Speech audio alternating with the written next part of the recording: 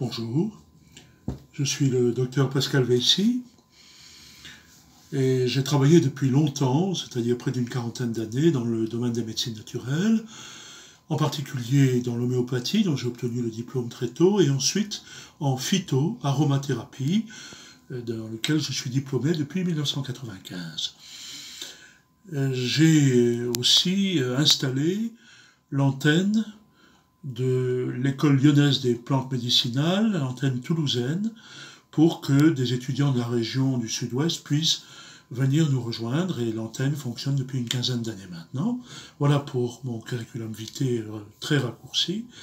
Je voudrais vous entretenir de séminaires que je donne, soit pour le compte de l'association, soit pour mon propre compte. Et en particulier, donc, je voudrais vous présenter le séminaire sur l'aromathérapie familiale. Alors, qu'est-ce que veut dire l'aromathérapie familiale? Eh bien, c'est ce que nous pouvons faire dans une famille en attendant le médecin, se dépanner avec des produits d'aromathérapie, sans chercher à faire de l'automédication, puisque ce n'est pas mon but, mais au moins à vous soulager ou atténuer les premières difficultés. Alors, l'aromathérapie, c'est bien sûr la thérapie par les arômes. Mais il ne faut pas prendre le mot arôme pour senteur ou fragrance ou parfum. L'aroma, c'est l'utilisation de plantes aromatiques qui fournissent des principes aromatiques et qui sont obtenus d'une certaine manière dont je vais vous parler tout à l'heure. Voilà. C'est un mot qui a été forgé par un illustre prédécesseur qui s'appelait le docteur Maurice Gattefossé, c'était en 1926, et c'est lui qui a mis au point ce terme d'aromathérapie qu'on utilise maintenant. Qu'est-ce que je peux vous proposer en famille pour vous dépanner avec l'aromathérapie? Ceci constitue le niveau 1 de ce que je présente. Et il y a un niveau 2 qui pourrait éventuellement vous intéresser, qui est lié au terrain de la personne. Alors il faut définir bien entendu ce que c'est que le terrain, ce que je ferai largement en cas de séminaire, mais le niveau 1, c'est l'aromathérapie, on va dire, symptomatique, et le niveau 2, c'est l'aromathérapie de terrain, c'est-à-dire un travail plus en profondeur. Alors, quel serait le programme du séminaire auquel vous viendriez participer? D'abord, une définition, bien sûr, de l'aromathérapie. Vous allez me dire, on connaît? Oui et non. Je ne suis pas sûr que tout soit connu. Vous savez que on utilise l'extraction des principes aromatiques par une méthode qui s'appelle distillation par entraînement à la vapeur d'eau. Il n'y a que ça qui soit valable sur le plan thérapeutique comme obtention des produits aromatiques. Et il y a également l'expression. Elle concerne tous les agrumes. On va exprimer avec une presse puissante les zestes d'orange, les zestes de citron, les zestes de bergamote, enfin toutes les plantes qui sont rattachées au domaine des agrumes.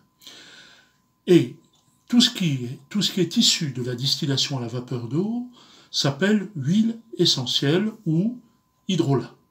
On va en parler tout à l'heure. Tout ce qui est issu des agrumes s'appelle essence. Maintenant, il y a évidemment une difficulté, c'est que si vous avez affaire à des huiles essentielles dont sur l'étiquette vous voyez qu'il est marqué essence, il ne faut pas accepter ça sur le plan thérapeutique. Parce que le terme essence, sur le plan biochimique, veut dire que c'est peut-être un produit qui a été reconstitué, qui a été synthétisé par l'industrie de manière hémisynthétique. Ce sont des produits que l'on reconstitue. N'est acceptable que ce qui est issu d'un produit naturel. Du reste, sur les étiquettes qui accompagnent votre achat d'aromathérapie, on devrait trouver 3 noms, pour ne pas parler d'adjectifs. On devrait voir marqué huile essentielle pure, totale et naturelle. Qu'est-ce que ça veut dire?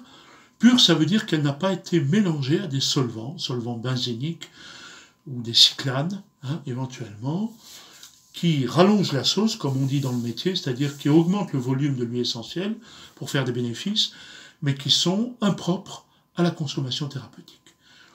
Totale, deuxièmement, c'est-à-dire qu'on a poussé la distillation jusqu'à son terme, puisque pour telle ou telle huile essentielle, il y a un temps de distillation qui est consacré par la tradition. Telle huile essentielle qui doit être distillée en l'espace de 3 heures, par exemple, ne peut pas être distillée en l'espace de 2 heures, même si effectivement 75% de l'huile essentielle est obtenue dans 25% du temps de distillation. Beaucoup de distillateurs malveillants, je ne parle que des malveillants, ont tendance à arrêter la distillation avant d'obtenir ce qu'on appelle la queue de distillation, c'est-à-dire tous les petits produits qui font les caractéristiques et la saveur thérapeutique d'une huile essentielle. Voilà, donc il faut qu'elle soit distillée avec le temps dont on a besoin, parce que certaines huiles essentielles qui ont un faible rendement sont distillées pendant 10 à 12 heures. Il faut avoir la patience. Et d'ailleurs, c'est une des caractéristiques des distillateurs, c'est d'être intuitif et patient. Troisième nom, c'est le mot naturel. Ça veut dire qu'il faut que ça soit issu de produits naturels, bien entendu, pas de produits chimiques qu'on ait reconstitués. Les huiles essentielles n'ont rien à voir avec les parfums.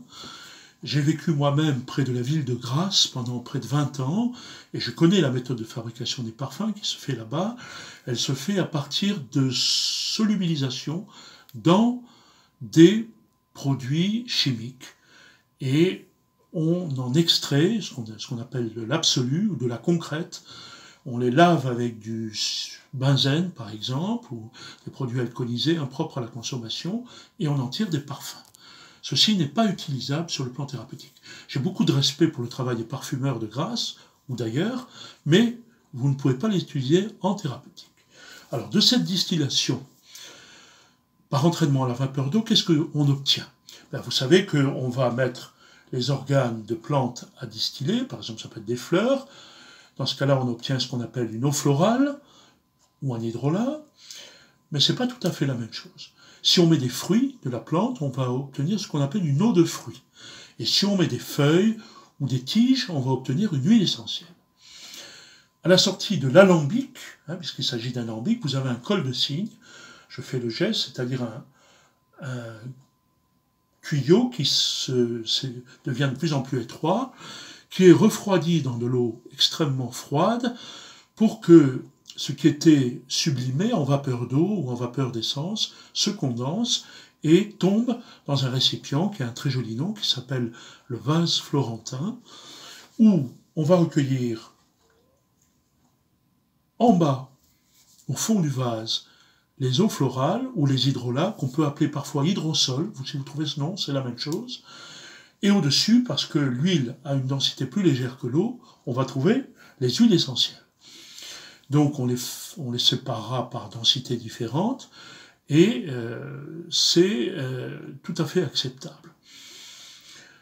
Alors, s'agissant des autres produits, celles qui sont obtenues par expression, par lixiviation, par percolation, si vous voulez, eh bien c'est aussi acceptable, à condition que la plante qui est mise en œuvre soit un agrume.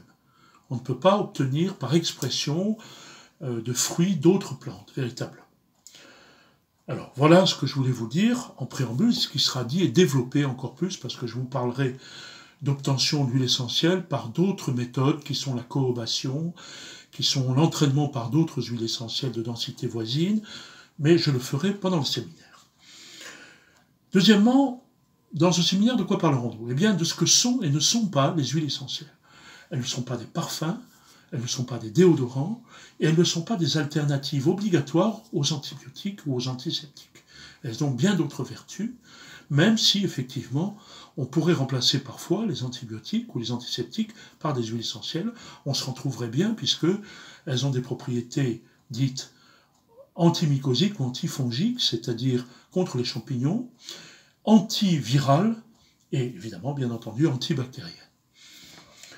Alors, ce qu'elles ne sont pas, ce ne sont pas des produits, normalement, que l'on doit mettre pour aromatiser des produits de grande consommation, même si maintenant on trouve des huiles essentielles dans les lessives, si on les trouve dans des shampoings, dans des produits cosmétiques. C'est encore acceptable puisque de toute façon le but n'est pas thérapeutique. Il faut bien préserver le but thérapeutique. Alors pour vous, en famille, vous devez bien vérifier l'étiquette des produits que vous achetez. Parce que bien évidemment, je ne vais pas vous donner ici, parce que je ne le fais jamais, de marque d'huile essentielle que vous pourriez acheter. Je n'ai aucune accointance avec les laboratoires. Troisième volet de ce séminaire, comment bien choisir les huiles essentielles. D'abord par des critères de qualité, c'est-à-dire je vous l'ai expliqué, c'est-à-dire pur, total, naturel. Également par leurs particularités organoleptiques et biochimiques. Qu'est-ce que ça veut dire? Qu'elles aient des odeurs qui ne soient pas écœurantes, qui ne soient pas chimiques, vous êtes sûr que là il s'agit de produits naturels, et en même temps qu'elles possèdent les principes actifs les plus importants qui caractérisent l'huile essentielle. Ça, vous pouvez le voir marqué sur certaines étiquettes ou vous pouvez interroger votre fournisseur. Et troisièmement, pour bien les choisir, il faut vous enquérir des falsifications possibles, c'est-à-dire il y a quantité de falsifications actuellement. On frelate les huiles essentielles et c'est très important, s'agissant de traitements qu'on va donner parfois à des enfants, qu'on ait des huiles essentielles de qualité. Quatrièmement, je vous entretiendrai de la trousse familiale, c'est-à-dire dans une petite trousse de premiers soins, d'urgence, quelles sont les huiles essentielles que vous devez avoir pour soigner la famille dans un premier temps, et je vous donnerai donc les propriétés des huiles essentielles que vous aurez dans votre trousse pour que vous les utilisiez bien et facilement pour votre famille et vos amis. Maintenant, en 6e position, on étudiera les différentes formes d'utilisation des huiles essentielles. Parce que beaucoup de gens s'interrogent pour savoir si les huiles essentielles peuvent être toutes utilisables par voie buccale. Peros, comme on dit, dans un nom latin. Eh bien oui, normalement, toutes les huiles essentielles, si elles sont une origine noble, sont utilisables par voie buccale. Mais il y a, pour la famille, d'autres moyens d'utilisation qui sont tout à fait accessibles et effectifs. Par exemple, vous avez la diffusion par diffuseur à ultrasons. Je vous en prie, messieurs, dames, n'utilisez pas de diffuseur qui chauffe les huiles essentielles. Ça, c'est valable à la rigueur, et encore, j'en suis pas convaincu, si vous voulez diffuser un arôme dans la pièce, mais même quand vous les chauffez, eh bien, vous obtenez des huiles essentielles oxydées qui ne sont même pas bonnes à respirer. Donc, s'il vous plaît, mettez 10 à 20 € de plus et achetez des diffuseurs à ultrasons, ce sont les seuls valables. On mélange les huiles essentielles avec de l'eau, et par impulsion, par stimulation, elles sortent sous forme de brume et de brouillard, et c'est tout à fait valable. Vous pouvez utiliser pour les enfants, des petits carrés de tissu, des mouchoirs par exemple, que vous mettez imprégnés d'huile essentielle sur leurs oreillers quand ils dorment, et pendant la nuit, ils vont respirer ces huiles essentielles. Outre pour les affections respiratoires, où ça sera évidemment très très utile, ça sera utile pour respirer les huiles essentielles, en général, qui iront dans le sang et iront dans tous les recoins de l'organisme. Vous pouvez également utiliser les bains à base d'huile essentielle. Bien sûr, vous allez me dire, l'eau n'est pas miscible à l'huile essentielle, ou l'huile essentielle n'est pas mélangeable à l'eau, si je voulais le dire autrement. À ce moment-là, vous allez utiliser des solubilisants, d'ailleurs des solubilisants professionnels, mais qui sont plutôt réservés aux professionnels, comme le Solubol, par exemple. Mais le mieux est d'utiliser des crèmes lavantes ou des shampoings dans lesquels vous mixez les huiles essentielles et que vous diluez dans le bain de l'enfant. Vous pouvez également, pour les tout petits enfants, mettre quelques gouttes d'huile essentielle, même si elle se mélange mal à l'eau, dans le baquet où vous baignez votre petit nourrisson, ou dans, pour ceux qui n'ont pas de baquet, dans votre lavabo, éventuellement. Il y a aussi l'onction. Vous pouvez, en mélangeant votre huile essentielle à des huiles végétales, que je détaillerai pendant le séminaire, faire des dilutions d'huile essentielle avec lesquelles vous allez oindre la peau. Vous allez faire des massages. Et c'est extrêmement puissant parce qu'il est connu en thérapeutique, voyez-vous, que les huiles essentielles pénètrent extrêmement puissamment par la peau et elles ont ce qu'on appelle un passage systémique dans tout le système de l'organisme. Une fois qu'elles sont passées par la peau, elles vont être captées par les veines sous-cutanées et par la circulation sous-cutanée et elles vont diffuser dans tout l'organisme. Donc, vous avez cette méthode et bien d'autres méthodes comme les suppositoires, comme les poires rectales pour les enfants, que je vous donnerai au moment du séminaire. Je vous donnerai un certain nombre d'huiles essentielles qui sont impropres selon l'âge. C'est-à-dire, il y a des huiles essentielles qui sont extrêmement caustiques, agressives pour la peau, que vous ne pourrez pas utiliser localement. Je vous dirai lesquelles, et je vous dirai celles que vous pouvez utiliser sans difficulté. Puisque je me permettrai pendant le séminaire de vous donner des modes d'utilisation et des doses pour les enfants et les tout-petits également. Et puis, je vous parlerai d'autres utilisations que je réserve au développement au moment du séminaire. 7e chapitre que nous aborderons, c'est bien sûr des données pratiques, puisque ce séminaire se veut pratique, avec la durée et les doses pour les soins. Combien de temps vous pouvez prendre des huiles essentielles? Convient-il de mélanger des huiles essentielles et combien d'huiles essentielles on peut mélanger? Parce que je vois actuellement, et je ne voudrais jeter la pierre à personne, des mélanges qui comportent entre 18 et 20 huiles essentielles. Ça veut dire, comme on disait autrefois, mettez tout, Dieu reconnaîtra les siens. Non. Moi qui enseigne à mes étudiants les huiles essentielles, on ne mélange pas plus que 3 huiles essentielles. C'est pour vous donner une idée déjà. Et je vous dirai comment on les choisit.